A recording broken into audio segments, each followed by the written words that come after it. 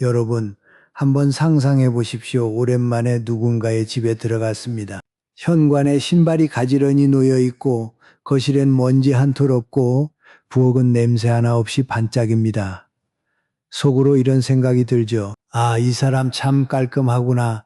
자기 관리가 철저한 사람이구나. 그런데 만약 제가 이렇게 말한다면요? 그 완벽하게 정돈된 집이 사실은 가장 위험한 신호일 수 있다고. 반대로 어질러진 그 방이 아무도 듣지 못한 조용한 비명이라고. 사람의 본심은 말에 숨어 있지 않습니다. 표정에도 옷차림에도 아닙니다. 진짜 마음은 그 사람이 하루를 보내는 공간에 고스란히 드러납니다. 책상 위를 보면 생각이 보이고 냉장고 안을 보면 습관이 보이고 서랍 속을 들여다보면 그 사람이 지금 어떤 감정 위에 서 있는지까지 보입니다. 오늘 저 김영석이 여러분과 함께 들여다보려는 것은 바로 이것입니다. 정리정돈이라는 아주 작은 습관 하나에 숨어있는 사람의 본심 6가지. 그중 두 번째 이야기는 아마 많은 분들이 한참 동안 멈추시게 될 겁니다. 끝까지 함께 해주십시오. 여러분 집에 오래된 옷장 하나쯤은 있으시죠? 문짝이 조금 휘고 손잡이 색이 바랜 그런 장롱 말입니다. 열어보면 안에는 누가 입으라고 꺼내지도 않는 옷들이 걸려 있습니다. 돌아가신 남편 외투, 시집간 딸이 고등학교 때 입던 교복, 누가 선물했는지 기억도 안 나는 목도리 하나 아무도 입지 않습니다. 그런데 아무도 버리지 못합니다. 그 옷장은 옷을 보관하는 곳이 아닙니다. 한 사람의 일생이 접혀서 들어가 있는 곳입니다. 혹시 지금 이 이야기를 들으시면서 여러분 집에도 그런 옷장이 떠오르셨습니까? 그건 옷이 아까워서가 아닙니다. 문을 열면 그 시절이 다시 보이니까 차마 닫지도 열지도 못하는 겁니다. 오늘 우리는 정리정돈에 대해 이야기합니다. 하지만 집을 깨끗이 치우라는 이야기가 아닙니다. 한 사람이 자기 공간을 어떻게 다루느냐, 거기에 그 사람이 차마 입 밖에 꺼내지 못한 것들이 담겨 있다는 이야기입니다. 본격적인 이야기에 들어가기 전에 하나만 여쭤보겠습니다. 여러분 집에 지금 10년 넘게 쓰지 않았는데 아직도 버리지 못한 물건이 있으십니까? 있으시면 숫자 1번, 없으시면 2번 댓글로 살짝 남겨주십시오. 저도 참 궁금합니다. 여러분의 그 물건이. 자, 그럼 첫 번째 이야기부터 시작하겠습니다. 겉으로 보면 이보다 더 반듯한 사람이 없습니다. 집은 언제 가도 모델하우스 같고 물건은 제자리에 있고 먼지 한 톨이 눈에 띄면 즉시 닦아냅니다. 처음엔 감탄이 나옵니다. 대단하다. 이 사람은 정말 자기 관리가 철저하구나. 그런데 시간이 좀 지나면 이상한 걸 느끼기 시작합니다. 그 집에 있으면 왜인지 숨이 막힙니다. 뭔가 하나라도 건드리면 안 될 것 같고 물 한 잔 따라 마시는 것도 눈치가 보입니다. 깨끗한 건 좋은데 편안하지가 않습니다. 신동호 씨 이야기를 해드리겠습니다. 올해 68 건설회사에서 30년 넘게 관리직을 하다 은퇴한 분입니다. 퇴직하고 나서 신 씨의 집은 조금씩 달라지기 시작했습니다. 현관 슬리퍼는 45도 각도로 나란히 놓여야 하고 식탁 위 컵은 신 씨가 표시해 둔 자리에 정확히 놓여야 합니다. 아내가 요리를 마치면 아내보다 먼저 행주를 들고 가스레인지를 닦았습니다. 자식들이 손주를 데리고 오면 아이들 뒤를 따라다니며 과자 부스러기를 집어 올렸습니다. 작은 습관이 하나 있었는데 외출할 때 항상 주머니에 작은 손수건을 넣고 다녔습니다. 어디서든 먼지가 보이면 닦기 위해서요. 처음엔 가족들도 그러려니 했습니다. 아버지는 원래 깔끔한 분이시니까. 그런데 점점 방문 횟수가 줄기 시작했습니다. 손주들이 먼저 싫어했습니다. 할아버지 집 가면 아무것도 만지면 안 된다고. 아들은 전화로 안부만 묻게 되었고 며느리는 명절에도 핑계를 대기 시작했습니다. 그러던 어느 날 딸이 말했습니다. 아빠, 우리가 집에 오면 아빠는 반갑지 않고 불안한 거죠? 신동호 씨는 아무 말도 못했습니다. 깨끗한 집이 가족을 밀어내고 있었습니다. 정리가 문제가 아니었습니다. 그 정리 뒤에 숨어 있는 것, 그것이 문제였습니다. 임상 심리학자들은 이런 경우를 많이 봅니다. 지나친 정리 습관, 특히 은퇴 이후나 자녀가 독립한 뒤 또는 배우자를 잃은 뒤에 갑자기 심해지는 정리 강박. 이것은 깔끔함이 아닙니다. 삶에서 통제할 수 있는 것이 사라졌을 때 유일하게 통제할 수 있는 공간을 붙잡는 것입니다. 물건의 위치를 완벽하게 맞추는 것은 내 안의 불안을 누르기 위한 방어입니다. 문제는 여기서 끝나지 않습니다. 공간을 통제하던 손이 어느 순간 사람도 통제하려 듭니다. 그건 거기 두는 거 아니야. 왜 치우라고 했는데 안 치워? 이 집에서는 내 방식대로 해. 정리를 명분으로 자기 기준과 틀을 가족에게 들이미는 겁니다. 여러분 혹시 이런 생각해 보신 적 있습니까? 텃밭을 아주 잘 가꾸는 분을 본 적 있으시죠? 일항이 다로 잰 듯 곱고 잡초 하나 없고 흙도 골고루 다져져 있습니다. 그런데 이상하게 그 밭에는 나비가 안 날아옵니다. 벌레도 없고 새도 안 앉습니다.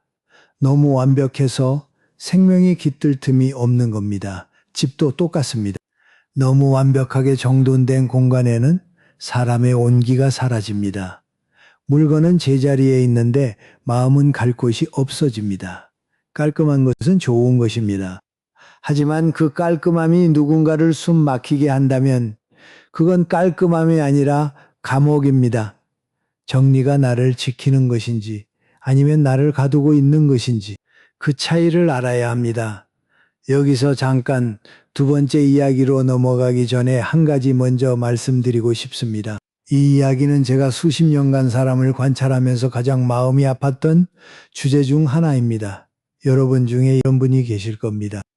평생 집안을 깨끗하게 유지해 오신 분, 남편 양말, 아이들 신발, 며느리 설거지, 손주 장난감까지 수십 년 동안 가족이 어지른 것을 치우고 닦고 정리하고 다시 원래 자리에 놓는 일을 반복해 오신 분. 그런데 한 번만 생각해 보십시오. 그 깨끗한 집안에서 여러분의 물건은 어디에 있었습니까? 여러분이 좋아하는 색깔의 컵은 어디에 있었습니까? 여러분이 고른 이불은? 여러분 취향으로 사둔 간식은 혹시 없지는 않으셨습니까? 윤순자 씨 이야기를 드리겠습니다. 올해 74 대전에서 혼자 사시는 분입니다. 50년을 남편과 세 자녀를 위해 집을 가꾸셨습니다. 남편이 좋아하는 된장은 항상 냉장고, 왼쪽 위 칸 큰아들, 야구 글러브는 현관 옆 선반, 막내딸 머리 끄는 거실, 서랍 세 번째 칸 모든 물건이 가족을 위해 자리가 정해져 있었습니다. 3년 전 남편이 돌아가셨습니다. 자녀들은 서울과 부산에 각각 떨어져 삽니다. 그런데 이상한 일이 있습니다. 냉장고를 열어보면 아직도 남편이 좋아하던 된장이 왼쪽 위칸에 놓여 있습니다. 욕실에는 남편이 쓰던 브랜드의 샴푸가 있습니다. 윤 씨 혼자 쓰는데도 아이들 방은 10년 전 그대로입니다. 어느 날 윤 씨가 부엌 서랍을 하나씩 열어보았습니다. 남편 것, 큰아들 것, 둘째 것, 막내 것 그리고 멈추었습니다. 내 서랍은 어디지? 50년 동안 이 집을 가꾸었는데 나만의 서랍이 하나도 없었습니다. 내 취향으로 고른 물건이 놓인 자리가 없었습니다. 이 집은 깨끗했습니다. 하지만 이 집에 나는 없었습니다. 잠깐 한번 생각해 보십시오. 여러분 집에는 여러분만의 서랍이 있습니까? 그 질문이 쉽지 않으시다면 그게 바로 답일 수도 있습니다. 우리는 정리를 잘하는 것이 좋은 것이라고 배웠습니다. 집이 깨끗하면 할 일을 한 것이라고 생각했습니다. 하지만 한번 뒤집어 봐야 할 말이 있습니다. 집이 깨끗하면 내 할 일을 한 거지. 이 말이 정말 맞습니까? 아니면 이 집에서 나는 어디에 있지? 이 질문이 먼저여야 하는 건 아닙니까? 공자는 효를 말했습니다. 부모에게 효도하라, 어른을 공경하라. 그 가르침은 수천 년을 이어왔고 여러분은 그 가르침 위에서 평생을 사셨습니다. 자식에게 효도하라고 가르친 사람은 많았습니다.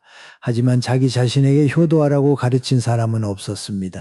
여러분이 가족을 위해 정리한 그 수십 년의 시간은 존귀한 것입니다. 그 누구도 그것을 가볍게 말할 수 없습니다. 하지만 이제는 딱 하나만 해보시면 어떨까요? 집 안 서랍 하나를 골라보십시오. 아무 서랍이나 괜찮습니다. 그 안에 있는 것을 다 꺼내고 이번에는 오직 여러분 것만 넣어보십시오. 여러분이 좋아하는 것, 여러분이 필요한 것, 여러분이 고른 것. 남편 것 말고, 자식 것 말고, 손주 것 말고, 오직 나 10분이면 됩니다. 5분도 괜찮습니다. 그 서랍 하나가 여러분의 첫 번째 방입니다. 50년 만에 처음으로 이 집에서 나를 위한 자리를 만드는 것입니다. 작은 서랍 하나, 거기서부터 시작입니다. 이 이야기가 여러분의 마음 어딘가에 닿으셨다면 이 채널은 바로 그런 순간을 위해 만들어졌습니다. 구독 버튼은 작지만 그 버튼 하나로 우리는 내일도 다시 만날 수 있습니다. 그리고 좋아요, 그건 여러분이 저에게 보내는 한마디입니다. 계속 말해달라고. 자, 이제 세 번째 이야기입니다. 여러분 집에 혹시 이런 물건이 있지 않습니까? 쓰지는 않는데 버리지도 못하는 것. 서랍 안에 넣어둔 채 1년이 지나고 2년이 지나고 어느새 10년이 된 것. 꺼내 보지도 않으면서 버리려고 손을 뻗으면 왜인지 손이 멈추는 것. 박재성 씨 이야기를 해드리겠습니다. 올해 71살 인천에서 혼자 사시는 분입니다. 박 씨의 옷장에는 양복 한 벌이 걸려 있습니다. 15년 전 딸 결혼식 날 입었던 감색 양복입니다. 그 아래 서랍에는 아들이 중학교 때 받아온 성적표가 들어 있습니다. 아들은 올해 45입니다. 창고에는 막내가 타던 자전거가 있습니다. 체인은 녹슬고 타이어는 바람이 빠진 지 오래입니다. 박 씨도 합니다. 이 물건들을 아무도 다시 쓰지 않을 거라는 걸. 양복은 이제 맞지 않고 성적표를 볼 사람도 없고 자전거를 탈 아이는 이미 어른이 되었습니다. 그런데 버리려고 하면 손이 멈춥니다. 박 씨에게는 습관이 하나 있습니다. 가끔 저녁에 옷장 문을 엽니다. 감색 양복을 한참 바라봅니다. 만지지도 않고 꺼내지도 않고 그냥 봅니다. 그리고 문을 닫습니다. 그게 전부입니다. 입지도 않고 버리지도 않고 그저 바라보기만 하는 것. 그건 양복을 아끼는 게 아닙니다. 그 양복에 붙어 있는 시간을 놓지 못하는 겁니다. 딸이 웨딩드레스를 입고 걸어 나오던 그날, 아들이 성적표를 들고 아빠 나 잘했지 하며 웃던 그 얼굴, 막내가 자전거를 처음 타고 골목을 돌아오던 그 오후, 물건이 아닙니다. 기억입니다. 그런데 기억에 붙잡혀 있으면 오늘이 보이지 않습니다. 여러분 김치 담그시는 분들은 아실 겁니다. 오래된 김치독이 있지 않습니까? 어머니가 혹은 시어머니가 쓰시던 그 오지 항아리, 금이 가고 뚜껑도 맞지 않고 요즘 김치냉장고에 비하면 불편하기만 합니다. 그런데 못 버립니다. 그 독을 버리면 그 사람까지 보내는 것 같으니까요. 마음은 이해합니다. 하지만 한 가지만 생각해 보십시오. 제일 맛있는 김치는 어떤 김치입니까? 새로 담근 김치입니다. 잘 익은 김치입니다. 오래된 독이 아니라 정성이 맛을 만드는 겁니다. 독은 그르질 뿐입니다. 그리고 그 독은 이미 할 일을 다 했습니다. 열지도 못하고 버리지도 못하는 거 여러분에게도 있지 않습니까? 괜찮습니다. 천천히 생각하셔도 됩니다. 노자는 이렇게 말했습니다. 잔이 비어 있어야 물을 담을 수 있다. 가득 찬 잔에는 아무것도 새로 넣을 수 없습니다. 서랍도 옷장도 창고도 마찬가지입니다. 오래된 것이 자리를 차지하고 있으면 새로운 것이 들어올 공간이 없습니다. 그리고 마음도 똑같습니다. 놓아주는 것은 잃는 것이 아닙니다. 그 시간에게 감사하고 고개 숙여 인사하고 보내드리는 것입니다. 양복을 버려도 딸의 결혼식은 사라지지 않습니다. 성적표를 치워도 아들의 웃음은 가슴속에 그대로 남아 있습니다. 자전거를 내보내도 막내가 골목을 돌아오던 그 오후의 햇살은 여전합니다. 물건은 사라져도 기억은 남습니다. 기억은 서랍 속이 아니라 여러분의 마음 속에 있으니까요. 그래서 오늘 하나만 해보시는 건 어떨까요? 1년 동안 한 번도 손이 닿지 않은 물건 딱 3개만 골라보십시오. 크지 않아도 됩니다. 다 쓴 약 봉지 하나, 짝 없는 양말 한 짝, 누가 줬는지 기억 안 나는 수저 하나. 작은 것부터 시작하면 됩니다. 오늘 3개, 다음 주에 3개에 서두를 필요 없습니다. 버리는 게 아니라 보내드리는 겁니다. 감사했다고, 수고했다고, 이제 괜찮다고. 그런데 여기서 한 가지 더 이야기하고 싶은 것이 있습니다. 물건을 버리지 못하는 사람이 있는가 하면 정리 자체를 아예 안 하는 것처럼 보이는 사람도 있습니다. 집이 늘 어지럽고 물어보면 항상 같은 대답이 돌아옵니다. 요즘 워낙 바빠서 이건 내가 그런 게 아니라 며느리가 와서 어질러 놓은 거야. 이 집이 좁아서 그래. 넓으면 나도 잘 치울 수 있어. 한번 들으면 그러려니 합니다. 바쁠 수도 있지. 집이 좁을 수도 있지. 그런데 2번, 3번, 10번을 들어도 똑같은 말이 반복되면 슬슬 알게 됩니다. 이 사람은 정리를 안 하는 게 아니라 정당화가 습관이 된 것이구나. 김미옥 씨 이야기입니다. 올해 66, 서울에 사시는 분입니다. 김 씨의 집은 늘 어수선합니다. 거실에는 택배 상자가 쌓여 있고 부엌 싱크대에는 이틀 전 그릇이 그대로 있고 베란다에는 언제 널었는지 모를 빨래가 걸려 있습니다. 그런데 김 씨에게 물어보면 본인 탓은 한 번도 없습니다. 며느리가 와서 부엌을 어지럽혀 놨어. 정리할 맛이 안 나. 이 집 구조가 원래 수납이 안 돼 재미있는 게 하나 있습니다. 김 씨는 부엌 찬장을 10년째 불편하다고 합니다.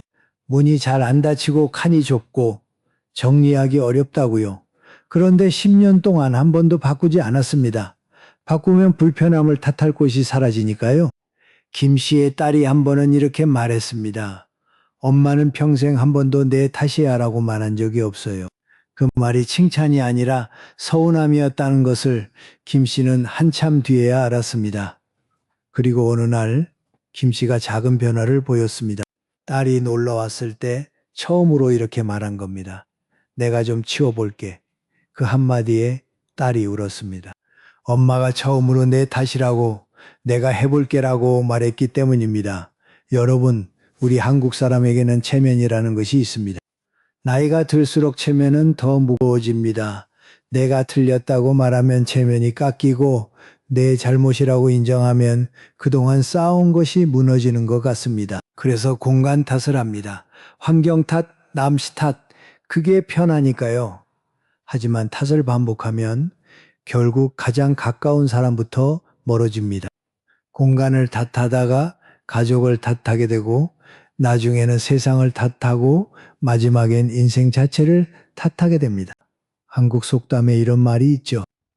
남의 떡이 커 보인다. 우리는 남의 것이 좋아 보이고 내 것이 부족해 보이고 그래서 문제의 원인을 항상 바깥에서 찾으려 합니다.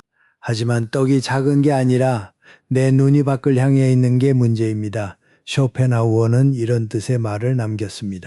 가장 성숙한 사람은 실수하지 않는 사람이 아니라 자기가 만든 어지러움을 똑바로 바라볼 수 있는 사람이라고. 체면은 소중한 것입니다. 그걸 함부로 버리라는 말이 아닙니다. 하지만 체면이 나를 가두고 있다면 그건 체면이 아니라 감옥입니다. 내가 좀 치워볼게 이 한마디. 체면에 금이 가는 게 아니라 오히려 진짜 품격이 시작되는 순간입니다. 환경이 아무리 좁아도 내가 치울 수 있는 건 내 손 닿는 곳부터입니다. 남이 어질러 놓았더라도 치우는 건 결국 자기 삶을 다시 잡는 일입니다. 내 탓이 아니라 환경 탓이야. 이 말이 입에서 나오려 할 때 한 번만 멈춰 보십시오. 그리고 이렇게 바꿔보십시오. 내가 바꿀 수 있는 건 나부터야. 서랍 하나, 선반 하나, 싱크대 위 그릇 한 개, 거기서부터 시작하면 됩니다. 그게 정리의 시작이 아니라 내 삶을 내가 책임지겠다는 조용한 선언입니다. 자, 이제 5번째 이야기입니다. 그리고 이 이야기는 앞에 4가지와는 조금 결이 다릅니다. 앞에서는 정리를 너무 잘하는 사람, 물건을 못 버리는 사람, 남 탓을 하는 사람 이야기를 했습니다. 그런데 지금부터 하는 이야기는 어쩌면 여러분 자신의 이야기일 수도 있습니다. 정리를 하고 싶은데 못하는 사람. 치워야 하는 거라는데 손이 안 움직이는 사람 이원철 씨 이야기를 해드리겠습니다.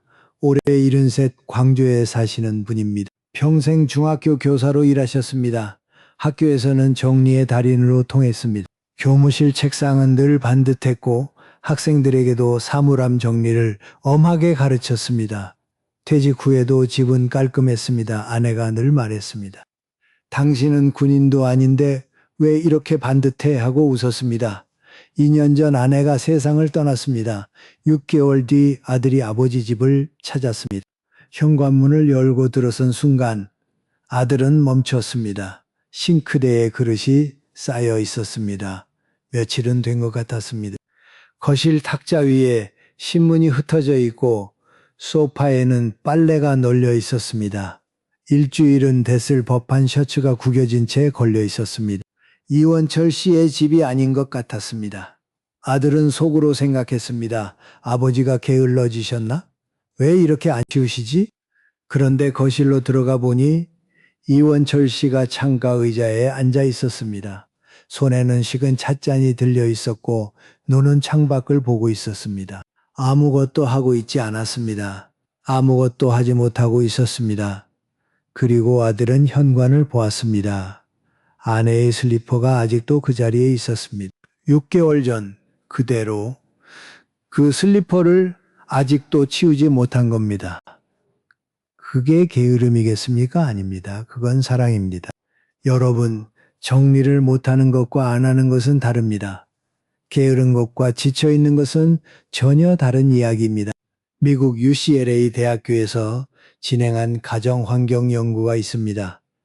라이프의 톰 인 더 21st Century라는 이름의 연구인데 이 연구에 따르면 자기 집이 어지럽다고 느끼는 사람일수록 스트레스 호르몬인 코르티솔 수치가 눈에 띄게 높았다고 합니다. 쉽게 말하면 이렇습니다. 집이 어지러워서 스트레스를 받는 게 아니라 마음이 지쳐 있으니까 집이 어지러워지는 것입니다. 손이 안 움직이는 건 게으름이 아닙니다. 몸이 가진 마지막 에너지를 지키려는 자기 보호 반응입니다. 이원철 씨는 게으른 사람이 아닙니다. 평생을 반듯하게 살아온 사람입니다. 그런데 삶에서 가장 큰 것을 잃었을 때 가장 먼저 멈추는 것이 손입니다. 그릇을 닦을 힘이 아니라 그릇을 닦을 이유가 사라진 겁니다. 혹시 여러분 중에도 요즘 부쩍 집안이 어수선해지신 분이 계십니까? 예전에는 금방 치웠는데 요즘은 왜인지 손이 안 가시는 분, 그 자신에게 왜 이렇게 게을러졌지 하고 혼내고 계시지는 않습니까? 혼내지 마십시오. 그건 게으름이 아닙니다. 여러분의 마음이 지금 쉬고 싶다는 신호입니다. 몸이 아프면 누워야 하듯이 마음이 지치면 손이 멈추는 게 당연한 겁니다. 그래서 하나만 해보시는 건 어떨까요? 거창한 것이 아닙니다. 하루에 딱 한 가지만 5분만 아침에 일어나서 이불을 한번 펴는 것, 또는 저녁에 컵 하나를 씻는 것, 또는 베개를 가지런히 놓는 것, 그게 전부입니다. 그 5분은 집을 치우는 시간이 아닙니다. 나에게 말을 거는 시간입니다. 나 아직 괜찮아. 나 아직 여기 있어. 3분도 괜찮습니다. 1분도 괜찮습니다. 양이 중요한 게 아닙니다. 내가 내 손을 다시 움직이기 시작했다는 것, 그게 중요한 겁니다. 정리는 깨끗함의 문제가 아닙니다. 내가 아직 내 삶을 잡고 있다는 조용한 증거입니다. 자, 마지막 6번째 이야기입니다. 지금까지 5가지 이야기를 하면서 정리를 잘못하는 사람, 너무 잘하는 사람, 물건을 못 버리는 사람, 남 탓을 하는 사람, 지쳐서 손이 멈춘 사람까지 이야기했습니다. 그런데 마지막으로 가장 조용하지만 가장 깊은 사람에 대해 이야기하고 싶습니다. 아무도 시키지 않았는데 정리하는 사람, 누가 보든 안 보든 자기 자리를 묵묵히 닦는 사람, 최영희 씨 이야기입니다. 올해 76, 부산에 사시는 분입니다. 최 씨는 매일 새벽 5시에 일어납니다. 8년째 같은 시간입니다. 일어나면 집 앞 아파트 복도와 공용 현관을 쓸고 화단 주변 쓰레기를 줍습니다. 관리비에 청소 비용이 포함되어 있고 따로 청소하시는 분도 계십니다. 아무도 최 씨에게 부탁한 적 없습니다. 그런데 최 씨는 8년을 합니다. 처음 3, 4년은 아무도 몰랐습니다. 새벽이니까요. 사람들이 나오기 전에 이미 끝나 있었습니다. 어느 날 일찍 산책 나온 이웃이 발견하고 물었습니다. 왜 이렇게까지 하세요? 누가 시킨 것도 아닌데. 최영희 씨는 웃으며 말했습니다. 아침에 나와 보니까 더러우면 기분이 안 좋잖아요. 내가 치우면 다들 기분이 좋아지니까. 그게 전부였습니다. 거창한 이유가 아니었습니다. 그냥 내가 할 수 있으니까. 그리고 그게 누군가를 편하게 만드니까 최 씨에게는 작은 습관이 하나 더 있습니다. 아파트 공원 벤치에 비닐봉지를 한 장씩 올려둡니다. 비 온 뒤에 벤치에 앉으면 옷이 젖으니까 깔고 앉으라고. 이것도 아무도 모릅니다. 아무도 고맙다고 하지 않습니다. 그런데 최 씨는 그걸 당연하다는 듯이 합니다. 여러분 생각해 보십시오. 밥을 먹고 나면 누가 밥상을 치웁니까? 식구들이 일어나면 누가 남아서 그릇을 걷고 식탁을 닦고 부엌에 불을 끕니까? 대부분은 가장 조용한 사람입니다. 가장 말이 없는 사람. 고맙다는 말을 듣지 못해도 다음 날 또 밥상을 차리고 또 치우는 사람. 그 사람은 사랑한다고 말하지 않습니다. 대신 밥상을 닦습니다. 고맙다는 소리를 기다리지 않습니다. 대신 설거지를 합니다. 그 손이 말하고 있습니다. 나는 이 사람들이 편안하면 그걸로 됐다고.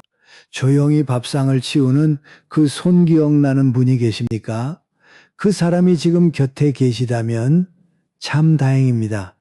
세네카는 이런 말을 남겼습니다. 가장 좋은 삶의 방식은 누구도 알아주지 않아도 유익하게 사는 것이다. 알려지지 않아도 묵묵히 자기 자리를 정돈하는 사람.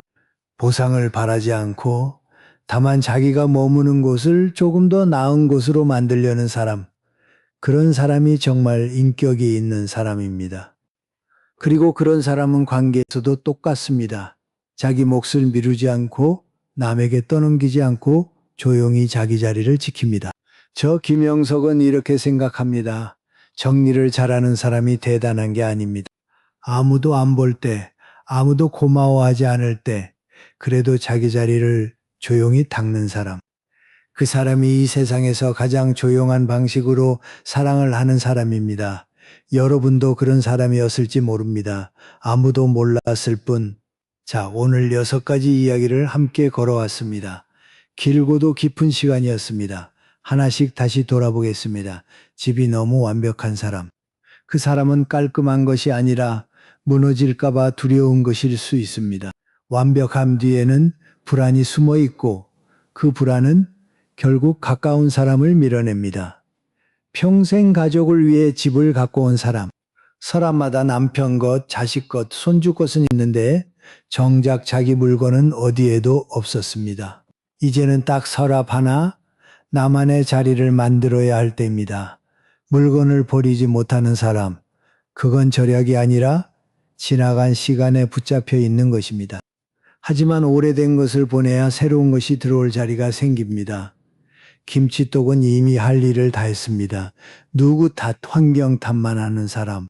체면이 무거울수록 내 탓이라는 말은 어렵습니다.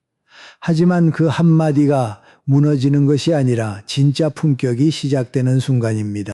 정리를 하고 싶은데 손이 멈추는 사람. 그건 게으름이 아닙니다. 마음이 지쳐있다는 신호입니다. 혼내지 마십시오. 5분, 한 가지 그것으로 충분합니다. 그리고 아무도 모르게, 아무도 시키지 않았는데 조용히 자기 자리를 닦는 사람. 그 사람이 가장 깊은 방식으로 세상을 사랑하는 사람입니다. 6가지 이야기, 결국 하나로 모입니다. 정리는 깨끗함이 아닙니다.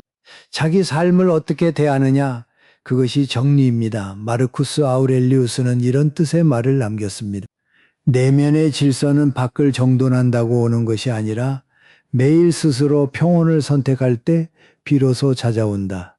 정리의 끝은 깨끗한 집이 아닙니다. 정리의 끝은 평온한 마음입니다.